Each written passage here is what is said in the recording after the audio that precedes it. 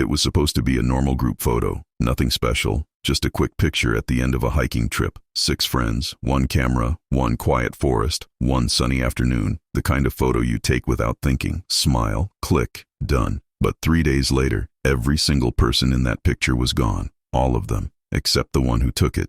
His name was Daniel Harper, 29, graphic designer, no criminal record, no history of lying, just a regular guy who liked camping on weekends. That Saturday, he and 5 friends drove 2 hours north to a state park, a simple day hike. Nothing extreme, nothing dangerous. They had done it dozens of times before. The trail was easy, wide, well marked. Families passed them, dogs, cyclists. It was almost boring. They joked about it. Next time we pick something harder. Around 4 p.m. they reached a small clearing with a view over the valley. Perfect spot for a photo. Golden light, trees behind them. Daniel volunteered to take the picture. He always did. He hated being photographed, so he set the camera on a rock. Timer, 10 seconds. He ran back, joined the group. They laughed. Someone made bunny ears behind another. Click. That was it. Just another memory, or at least, that's what they thought. They finished the hike, drove home, stopped for burgers, posted the photo in their group chat. Everyone joked about how tired they looked.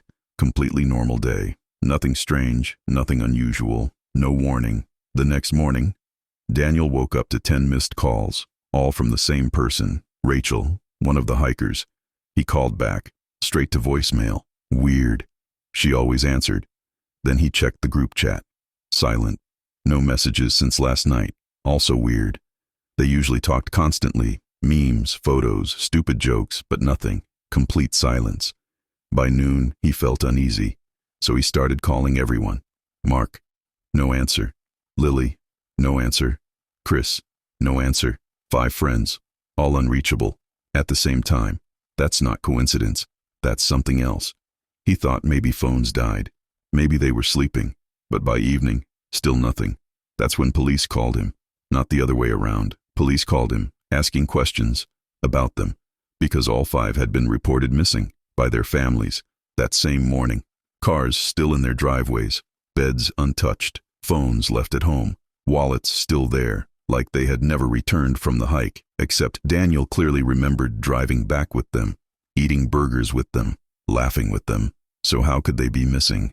Police asked him to come in, immediately. At first, they treated him like a suspect, which makes sense. 5 people disappear. 1 person doesn't. That person looks guilty. Simple math. They questioned him for hours. Timeline, location, arguments, fights, motive. But his story never changed. Everything was normal. Nothing strange happened. They had literally just hung out together. Then investigators checked something important. Highway cameras, gas station cameras, restaurant cameras, trying to confirm his story.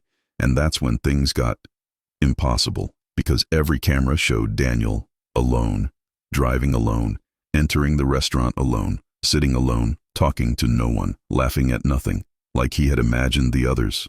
But that couldn't be true. He remembered them clearly, their voices, their jokes, their faces. He even had the group photo, proof they were together, right? So he opened his phone, showed the detective. There, all of us. The detective stared at the screen for a long time, then said something that made Daniel's blood run cold.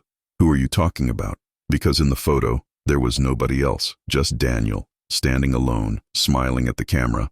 Empty space all around him, like he had taken a selfie. No friends, no group, nothing. He thought it was a glitch, maybe the wrong image, but every copy was the same. Cloud backup, same. Laptop, same. Even the original memory card, same. Just Daniel, alone, where 5 people should have been. But here's the thing, Daniel could still see them, like faint shadows in his memory. He could point exactly where each person stood.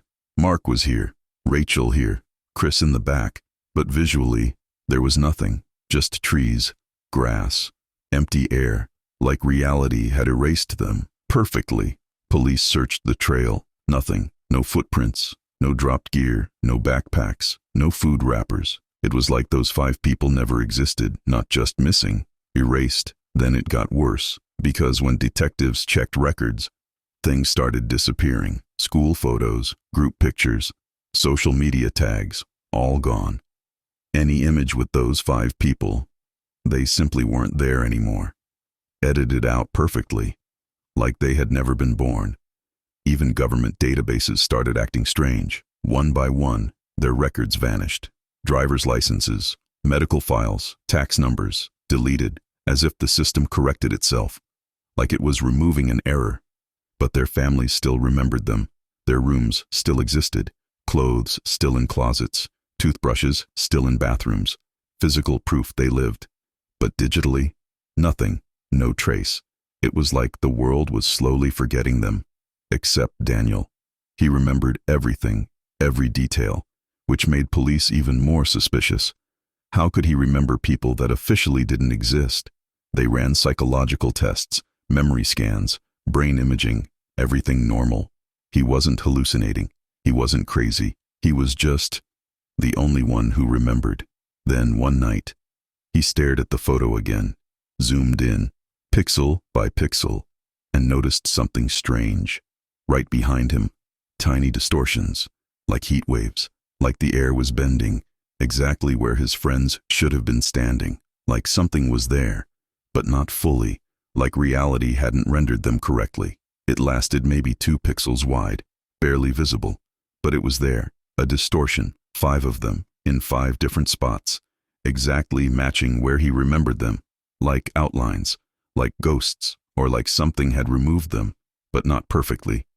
A physicist later suggested something terrifying. What if, for a fraction of a second, they weren't in the same place anymore? Not dead, not kidnapped, just not here. Like slipping between layers of reality, like stepping through a door that closed behind them. And Daniel just happened to be 1 step away, missed it by inches, which raises a horrible thought. If he had stood 1 foot to the left, would he be gone too? Would someone else be looking at that photo, seeing only themselves, wondering where everyone went? Today, Daniel avoids cameras, avoids photos, because he's scared that one day he'll take another picture and someone else will be missing. Or worse, he will be, because somewhere there's a photo of a sunny afternoon, 6 friends smiling, laughing, happy, and somehow 5 of them slipped out of existence, without a sound, without a trace, without even a goodbye. So next time you take a group photo, next time you hit that timer, next time everyone squeezes in close, maybe look twice, because if someone disappears later, that photo might be the only proof they were ever there. Or maybe the photo will forget them too, and maybe you'll be the only one left, trying to explain people the world no longer remembers.